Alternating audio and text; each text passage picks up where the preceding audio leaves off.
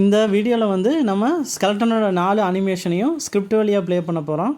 அதுக்கு அசட்ஸில் right click பண்ணி க்ரியேட்டில் வந்து அனிமேஷன் கண்ட்ரோலர் சூஸ் பண்ணிடுங்க. நேம் வந்து ஏதாவது கொடுத்துருங்க.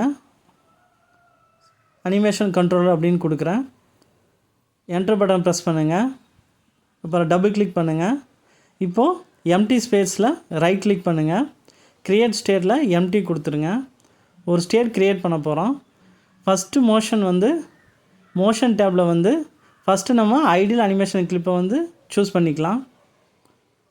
ஐடியல் அனிமேஷன் கிளிப்பை சூஸ் பண்ணிவிட்டு ஸ்டேட் நேம் வந்து ஐடியல்னு கொடுத்துருங்க. இந்த ஸ்டேட் நேம் வந்து ரொம்ப இம்பார்ட்டன்ட்.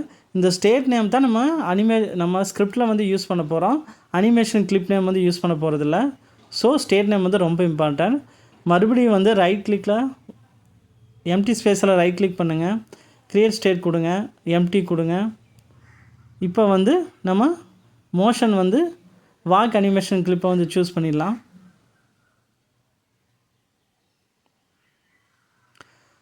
ஸ்டேட் நேம் வந்து வாக் அப்படின்னு கொடுத்துடலாம். மறுபடியும் ஒரு தடவை எம்டி ஸ்பேஸை ரைட் கிளிக் பண்ணி அட்டாக் ஸ்டேட் க்ரியேட் பண்ணிடலாம். இந்த இடத்துல அட்டாக் அனிமேஷன் கொடுத்துடலாம். க்ரியேட் ஸ்டேட் எம்டி மோஷனில் வந்து அட்டாக் அனிமேஷன் சூஸ் பண்ணுங்கள்.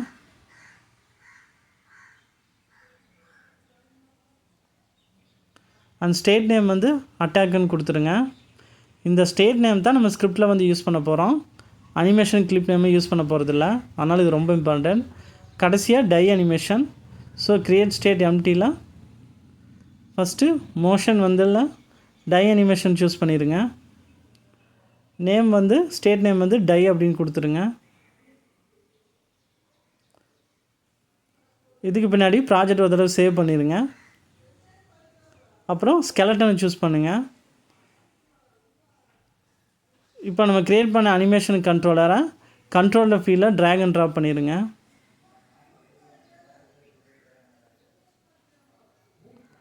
அடுத்து வந்து பார்த்திங்கன்னா நம்ம வந்து ஸ்கிரிப்ட் க்ரியேட் பண்ணிடலாம். ஸோ ரைட் கிளிக் பண்ணி க்ரியேட்டில் C# ஸ்கிரிப்ட் கொடுத்துருங்க. நேம் வந்து நான் அனிஸ்கிரிப்ட்னு கொடுக்குறேன். நீங்கள் என்ன பேர் வேணாலும் கொடுத்துக்கலாம்.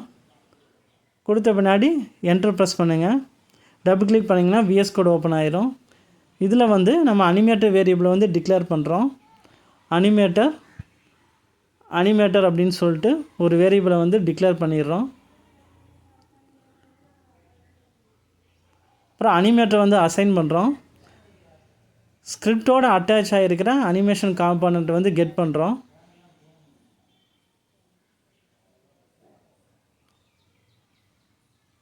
So get component of animator. இப்போ அனிமேட்டரில் வந்து நம்ம ஸ்டேட் நேம் யூஸ் பண்ண போகிறோம். Animator dot play. ஃபஸ்ட்டு வந்து அட்டாக் அனிமேஷன் வந்து ப்ளே பண்ணி பார்க்கலாம். அனிமேட்டர் டாட் ப்ளே டபுள் கோர்ஸ்க்குள்ளே அட்டாக் அப்படின்னு கொடுப்போம்.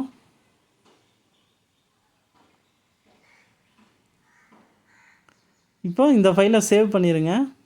சேவ் பண்ணிவிட்டு யூனிட்டி ப்ராஜெக்ட்டுக்கு போய்க்குங்க.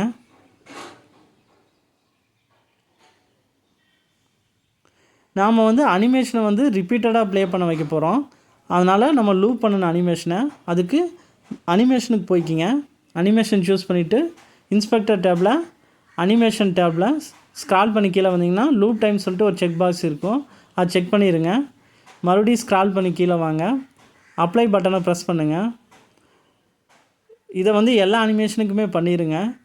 இப்படி பண்ணால் தான் வந்து அனிமேஷன் வந்து ரிப்பீட்டடாக ப்ளே ஆகும். இல்லாட்டி அனிமேஷன் வந்து ஒரு தடவை தான் ப்ளே ஆகும். அதுக்காக தான் இதை பண்ணுறோம். இது எல்லா அனிமேஷனுக்கும் பண்ணிவிட்டு மறுபடியும் ஸ்கெலட்டன் சூஸ் பண்ணுங்கள். இப்போ ஸ்கிரிப்டை வந்து ஸ்கெலட்டனோட அட்டாச் பண்ணிடலாம். ஸ்கிரிப்டை ட்ராக் அண்ட் ட்ராப் பண்ணிடுங்க. இப்போ வந்து நான் ப்ளே பட்டன் வந்து கிளிக் பண்ணுறேன்.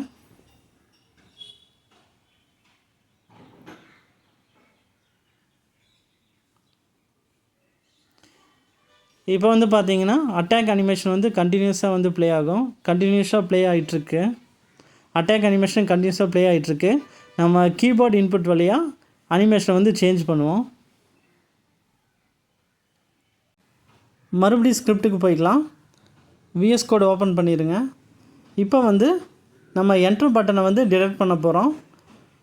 கீபோர்டில் வந்து என்டர் பட்டன் வந்து ப்ரெஸ் பண்ணுறதா டிரெக்ட் பண்ண போகிறோம். ஸோ அதுக்கு வந்து if input dot get key, அதில் வந்து கீகோட் டாட் கீபேட் என்டர். இது வந்து என்டர் பட்டன் ப்ரெஸ் பண்ணுற வந்து டிரெக்ட் பண்ணோம். என்டர் பட்டன் ப்ரெஸ் பண்ணால் வந்து நம்ம வந்து அட்டாக் அனிமேஷன் வந்து ப்ளே பண்ண போகிறோம். இங்கே அட்டாக்குங்கிறது ஸ்டேட் நேம். இப்போ என்ன பண்ணுவோன்னா இந்த 2 லைனை காப்பி பேஸ்ட் பண்ணிடுங்க. நம்ம டி பட்டன் ப்ரெஸ் பண்ணோம் அப்படின்னா வந்து நம்மளுக்கு வந்து டை அனிமேஷன் ப்ளே ஆகணும். அதுக்கு கீகோட் டாட் டி கொடுத்துட்டு ஸ்டேட் வந்து டை கொடுத்துருங்க. அடுத்து அப்பேரா ப்ரெஸ் பண்ணால் நம்மளுக்கு வாக் அனிமேஷன் ப்ளே ஆகணும். ஸோ வாக்குங்கிற ஸ்டேட் நேம் கொடுத்துருங்க. அடுத்து லெஃப்ட் கண்ட்ரோல் பட்டன் ப்ரெஸ் பண்ணோன்னா நம்மளுக்கு வந்து ஐடியல் அனிமேஷன் ப்ளே ஆகணும். ஸோ ஸ்டேட் நேம் வந்து ஐடியல் கொடுத்துருங்க. நம்ம இங்கே வந்து ஸ்டேட் நேம் தான் யூஸ் பண்ணுறோம், அனிமேஷன் கிளிப் நேம் வந்து யூஸ் பண்ணல. ஸோ அதனால் வந்து நல்லா ஞாபகம் வச்சுக்கோங்க. இப்போ இந்த ஃபைலை சேவ் பண்ணிவிட்டு நம்ம யூனிட்டி ப்ராஜெக்ட் போயிடுவோம். இப்போ வந்து நான் ப்ளே பட்டன் வந்து ப்ரெஸ் பண்ணுறேன். இனிஷியலாக பார்த்தீங்கன்னா ஐடியல் அனிமேஷன் வந்து ப்ளே ஆகும். ஏன்னா என்ட்ரியே வந்து ஐடியல் அனிமேஷன் தான். அனிமேஷன் கண்ட்ரோலில் ஐடியல் தான் என்ட்ரி அனிமேஷன். அதனால் ஐடியல் வந்து கண்டினியூஸாக ப்ளே ஆகுது. இப்போ வந்து நான் என்டர் பட்டன் வந்து ப்ரெஸ் பண்ண போகிறேன். இப்போ வந்து பார்த்திங்கன்னா அட்டாக் அனிமேஷன் வந்து கண்டினியூஸாக ப்ளே ஆகுது. அடுத்து அப்பேரா ப்ரெஸ் பண்ணுறேன். இப்போ வாக் அனிமேஷன் வந்து கண்டினியூஸாக ப்ளே ஆகுது. அடுத்து வந்து டை அனிமேஷன் ப்ளே பண்ணுறதுக்கு டி பட்டனை வந்து ப்ரெஸ் பண்ணுறேன். டை அனிமேஷன் கண்டினியூஸாக ப்ளே ஆகுது. மறுபடியும் ஐடியல் அனிமேஷனுக்காக லெஃப்ட் கண்ட்ரோல் வந்து ப்ரெஸ் பண்ணுறேன். இப்போ வந்து ஐடியல் அனிமேஷன் ப்ளே ஆகுது. இப்போ என்டர் பட்டன் ப்ரெஸ் பண்ணுறேன், அட்டாக் அனிமேஷன் ப்ளே ஆகுது. இப்படி நம்ம ஸ்கிரிப்ட் வழியாக வந்து அனிமேஷனை வந்து சேஞ்ச் பண்ணிகிட்டே இருக்கலாம். நம்மளுக்கு இது நம்ம கீபோர்ட் இன்புட்டுக்கு தகுந்த மாதிரி அனிமேஷனை வந்து சேஞ்ச் பண்ணிக்கிட்டே இருக்கலாம். இந்த வீடியோ பிடிச்சிருந்தால் லைக் பண்ணுங்கள், சேனலுக்கு சப்ஸ்கிரைப் பண்ணுங்கள். மறக்காமல் சேனலுக்கு சப்ஸ்கிரைப் பண்ணுங்கள். இந்த வீடியோ பார்த்ததுக்கு நன்றி.